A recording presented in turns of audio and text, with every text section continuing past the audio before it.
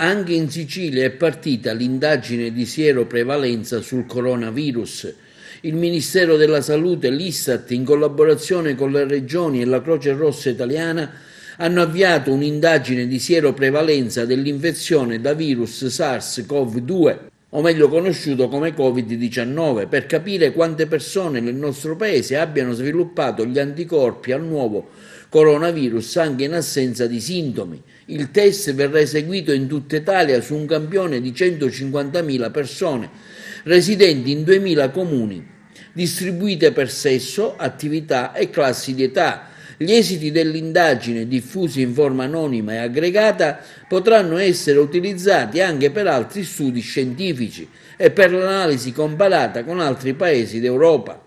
Per ottenere risultati affidabili è utile fondamentalmente che le persone selezionate per il campione aderiscono. Le persone verranno contattate al telefono dagli operatori della Croce Rossa Italiana tramite un numero telefonico che inizia con 06 55 10 per fissare un appuntamento in uno dei punti prelievo individuati dai comitati della Croce Rossa territoriali presso le sedi delle ASP, guardie mediche e altre posti per eseguire un piccolo prelievo di sangue, e potrà essere eseguito anche a domicilio se il soggetto è fragile o vulnerabile.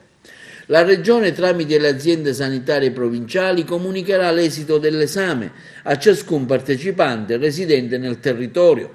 La riservatezza dei partecipanti sarà mantenuta per tutta la durata delle indagini. In Sicilia sono ben 11.183 le persone selezionate dall'Istat. Sono 120 i comuni interessati all'indagine. Nella nostra provincia quelli di Agrigento, Cammarata, Canicattì, Favara, Licata, Racalmuto, Porto Empedocle, Palma di Montechiaro, Ravanusa, San Giovanni Gemini, Sciacca e Siculiana. Come fare a combattere l'epidemia? Conoscendola meglio. È iniziata l'indagine sierologica che darà risposte più precise sul nuovo coronavirus. Se fai parte del campione selezionato dall'Istat, sarai contattato dalla Croce Rossa Italiana. Basta un semplice prelievo di sangue per verificare se hai sviluppato gli anticorpi e fornire a medici e ricercatori nuove informazioni sull'epidemia per sconfiggerla prima. Italia, insieme, possiamo.